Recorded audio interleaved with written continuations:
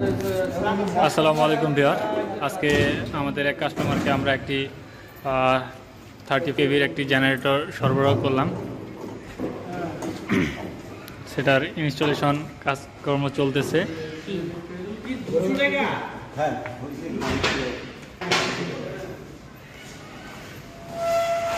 এটা হচ্ছে main ATS, এটা ইনস্টল হবে। এই জায়গায় মূলত এটিএসটা বসবে।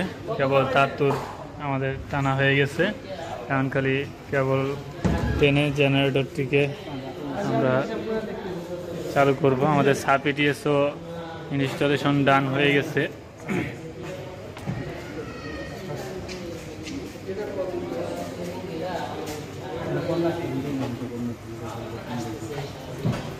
ওয়াটার, এটাতে কত লিটার ওয়াটার ধরবে? প্রায় 10-15 লিটার মতো। 10-15 লিটারের মতো ওয়াটার ধরবে। ভিতরের পার্ট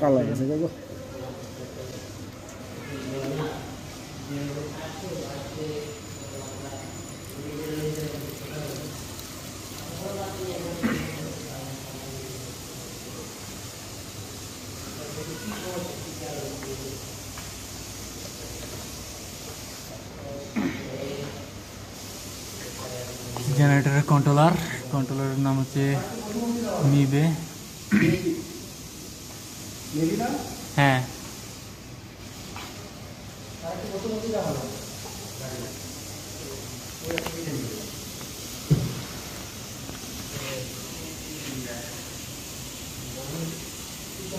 জেনারেটরের ব্র্যান্ড হচ্ছে ভিক্টর ব্র্যান্ডের জেনারেটর। এটা হচ্ছে 30 কেভি জেনারেটর, যেটি দিয়ে সর্বোচ্চ আপনার 24 কিলো লোড চালাতে পারবে। এই নেম প্লেটের সমস্ত ইনফরমেশনগুলো দেওয়া আছে, আপনারা সময় করে দেখে নিতে পারবেন। আর এটা হচ্ছে মেন এটিএস, আর যে সাব এটিএস এবং যে মিটারগুলো আছে সেগুলো হচ্ছে আমাদের এই নিচে, সিঁড়ির নিচে। এখানে মোট 5টি মিটার আছে। 5টি মিটারের জন্য 5টি সাব এটিএস বসানো হয়েছে, ফ্লোর এটিএস। এটা হচ্ছে ফার্স্ট ফ্লোরের জন্য, second floor, third floor, fourth floor এবং ফিফথ ফ্লোর। 5টা ফ্লোরের জন্য 5টা সাব এটিএস বসানো হয়েছে জেনারেটরের। অর্থাৎ যখন জেনারেটর চলবে তখন জেনারেটর দিয়ে লাইন যাবে, আবার যখন কারেন্ট আসবে তখন জেনারেটর বন্ধ থাকবে, তখন জেনারেটর দিয়ে লাইন পাস করবে। এটির মতো এটিএস, অর্থাৎ অটোমেটিক ট্রান্সফার সুইচ বলা হয় এটিএসকে, এই সাব এটিএস। তো আপনাদের যদি কোনো রকমের জেনারেটর সার্ভিস বা জেনারেটর সরবরাহের প্রয়োজন বা জেনারেটরের প্রয়োজন হয়, আমাদের সাথে যোগাযোগ করবেন। ইনশাল্লাহ আমরা সব ধরনের জেনারেটর সার্ভিস এবং সরবরাহ দিয়ে থাকি। আমাদের ভিডিওটি ভালো লেগে থাকলে আমাদের সাথে লাইক করে আমাদের ভিডিওটি শেয়ার করবেন। ধন্যবাদ। তো আজকে আমরা শুরু থেকে শেষ পর্যন্ত ফুল ইনস্টলেশনটা কিভাবে হচ্ছে তা এই ভিডিওর মাধ্যমে আমি আপনাদের সাথে শেয়ার করব। তো এই মুহূর্তে আমাদের যে মেইন বোর্ড থেকে, অর্থাৎ মিটার বোর্ড থেকে যে 3টি লাইন আসছে, আমরা সেই 3টি লাইন এখন আমাদের জেনারেটর থেকে যে আউটপুটগুলো আছে সেই আউটপুটগুলোর সাথে সংযোগ দেব। এখানে দেখতে পাচ্ছেন যে আমাদের যে সার্কিট ব্রেকারটা আছে এটা কিন্তু জেনারেটর সার্কিট ব্রেকার। এই সার্কিট ব্রেকারের মাধ্যমে জেনারেটরের যে আপনার কন্ট্রোলারটা দেখতেছেন, তার উপরে যে 3টা তার দেখতেছেন, হলুদ, নীল এবং লাল, এটি হচ্ছে ইনপুট। এবং নিচে আমরা এখন এই জেনারেটরের আউটপুট তারগুলো সংযোগ দিব, একটি একটি করে সংযোগ দিব। প্রথমে আমরা 3টা আউটপুট একটি ফেজ আমরা সংযোগ করে নিব। এভাবে স্টেপ বাই স্টেপ আমরা প্রত্যেকটি ফেজ আউটপুটগুলো, অর্থাৎ জেনারেটরের যে আউটপুটগুলো সেই আউটপুটগুলো সংযোগ করে নিব। তো ভাই সংযোগ করছে, সংযোগ করতে থাকুক, আমরা সরাসরি আছি তার সাথে। দেখি ভাই কিভাবে সংযোগ দিচ্ছে, আপনারা শিখে রাখুন, অবশ্যই কাজে লাগবে কিভাবে সংযোগগুলো করছে। যদি আপনারা শিখতে চান, খুব সহজে এই ভিডিওর মাধ্যমে স্টেপ বাই স্টেপ আপনারা শিখতে পারবেন। কোনো ধরনের যদি প্রশ্ন থাকে সরাসরি কমেন্টে আমাদের জানাতে পারেন, আমরা প্রত্যেকটি প্রশ্নের উত্তর দেওয়ার চেষ্টা করব যথাযথভাবে, যা বুঝতে পারেন সেরকম ভাবেই সকল প্রশ্নের উত্তর দেওয়ার চেষ্টা করব। আমাদের তিনটি আউটপুটই সঠিকভাবে লাগানো সম্পন্ন হলো। এখন বাকি থাকলো শুধু নিউট্রাল পয়েন্ট। এখন আমাদের নিউট্রাল পয়েন্টটি সংযুক্ত করা হবে। এখানে নিউট্রাল পয়েন্টটি একটি বাসবার ইনসুলেটরের সাথে সংযুক্ত আছে। এখন আমাদের যে নিউট্রাল পয়েন্টটি যেটা মিটার থেকে আসছে, এই লাইনটি জাস্ট খালি আমাদের এখানে জেনারেটর আউটপুট হতে যে নিউট্রাল সংযুক্ত আছে এই নিউট্রাল পয়েন্টের সাথে সংযোগ করে দিলে আমাদের এখান থেকে জেনারেটরের যে পাওয়ার লাইন সেই লাইন সংযোগ সম্পন্ন হয়ে যাবে।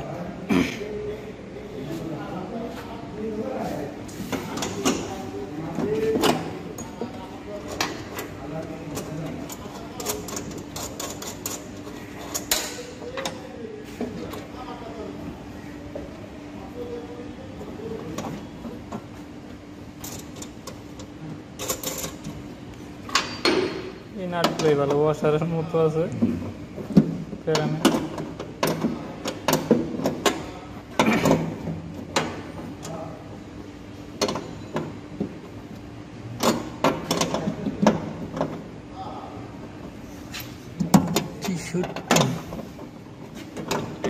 আমাদের নিউট্রাল কানেকশনটি সফলভাবে সংযুক্ত হয়ে গেল। ভালোভাবে টাইট দেওয়া হলো। আমাদের সকল জেনারেটর পাওয়ার কানেকশনগুলো সম্পন্ন হলো। ওকে, আমাদের পাওয়ার কানেকশনগুলো সম্পন্ন হলো। এখন আমাদের যে সেন্সিং তারগুলো রয়েছে, এই যে সেন্সিং তারগুলো দেখতে পাচ্ছেন যেগুলো আমরা এখন টানছি, এটাকে বলা হয় সেন্সিং কেবল। অর্থাৎ আমাদের যখন কারেন্ট অর্থাৎ ইলেকট্রিসিটি চলে যাবে তখন যেন আমাদের জেনারেটরটি বুঝতে পারে যে ইলেকট্রিসিটি চলে গেছে এবং জেনারেটরটিকে চালু হতে হবে। এই জন্য যে কন্ট্রোলারের যে কানেকশনটি থাকে যেটাকে আমরা সেন্সিং কানেকশন বলি, বা জেনারেটরকে অটোমেটিক চালু করার জন্য যে কানেকশনটি করা হয়, এটি হচ্ছে সেই কানেকশনের কেবল টানা হচ্ছে। এখন ভিতরে আপনারা দেখতে পাচ্ছেন যে অনেক কন্ট্রোল কানেকশন রয়েছে যেগুলো সচরাচর আমরা কনজিউমাররা এখানে হাত দেয় না। এখানে কনজিউমারদের হাত দেওয়ার কোনো প্রয়োজন নেই।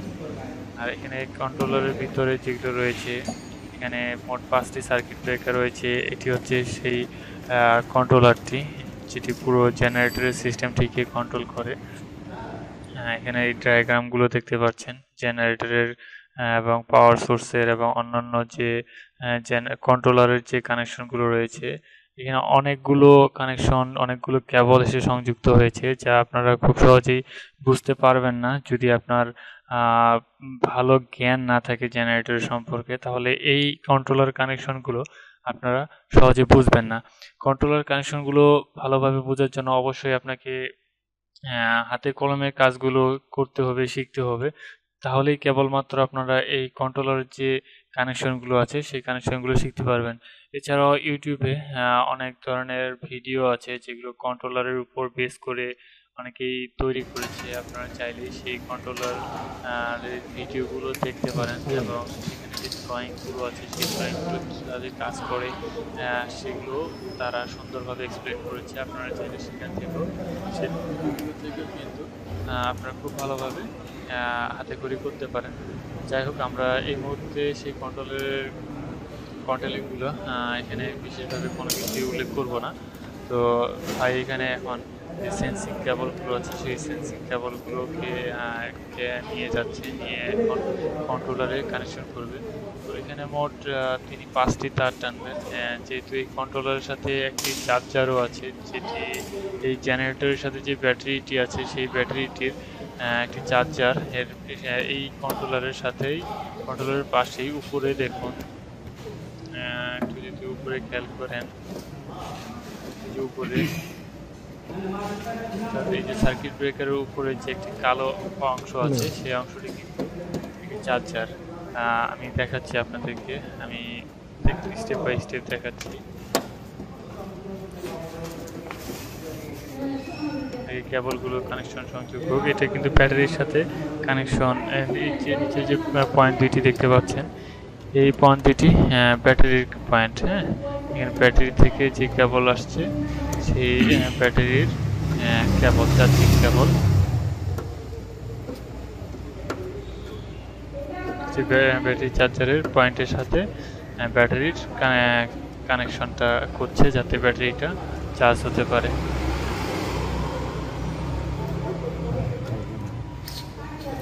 পিন সিস্টেম পিয়া সিস্টেম নাকি? না সিস্টেম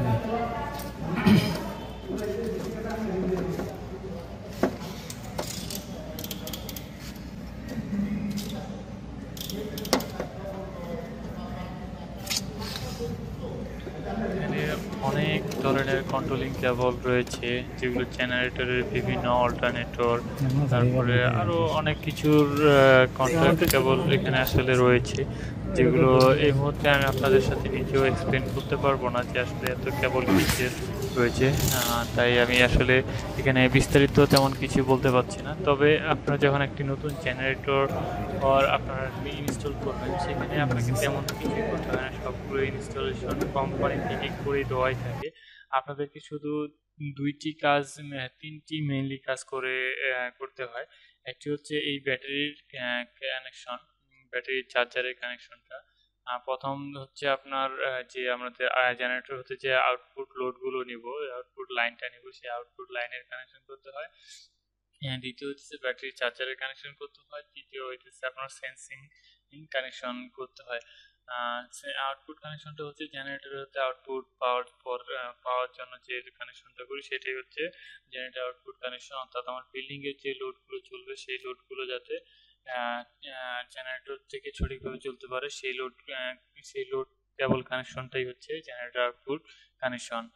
তারপরে হচ্ছে ব্যাটারি জেনারেটরের সাথে যে ব্যাটারি থাকে, অর্থাৎ জেনারেটরের কন্ট্রোলারকে পরিচালনা করার জন্য জেনারেটর থেকে স্টার্টিং এর জন্য যে ব্যাটারির প্রয়োজন হয়, সেই ব্যাটারির জন্য যে চার্জার আছে, অনেক জেনারেটরে চার্জার দেওয়া থাকে, অনেকটাতে এক্সটার্নাল ভাবে চার্জার ব্যবহার করতে হয়। তো এইটি জেনারেটরের সাথে যেহেতু একটি চার্জার দেওয়াই রয়েছে, এই জন্য আপনাকে অবশ্যই চার্জারের যে কানেকশনটি আছে, সেই কানেকশনগুলো কেবল কানেকশনগুলো করে নিতে হবে। আর পাশাপাশি আপনাকে সেন্সিং কানেকশন তো অবশ্যই করতে হবে, যাতে আপনার জেনারেটর অটোমেটিক কাজ করতে পারে। অর্থাৎ আপনার ইলেকট্রিসিটি যদি চলে যায়, তাহলে আপনার জেনারেটর যাতে সেন্স করতে পারে যে আমার ইলেকট্রিসিটি চলে গেছে, এখন আমাকে স্টার্ট করতে হবে, তখন জেনারেটরটি যেন অটোমেটিক অন এবং অফ হতে পারে, সেই জন্য আমাদেরকে সেন্সিং কেবল অবশ্যই ব্যবহার করতে হবে। আমাদের দেখুন, আপনারা লাইনে আমাদের সাথেই থাকুন। আপনারা দেখতে পারবেন যে আমাদের সেন্সিং কেবল এবং চার্জিং কেবলগুলো কথায় সংযুক্ত করতেছে। তো আমি আর বিস্তারিত আর এখানে কিছুই ভিডিওর মধ্যে আর বলবো না। আপনারা ভিডিওটি দেখুন এবং উপভোগ করুন যে কানেকশনগুলো কিভাবে হচ্ছে, কি করতেছে।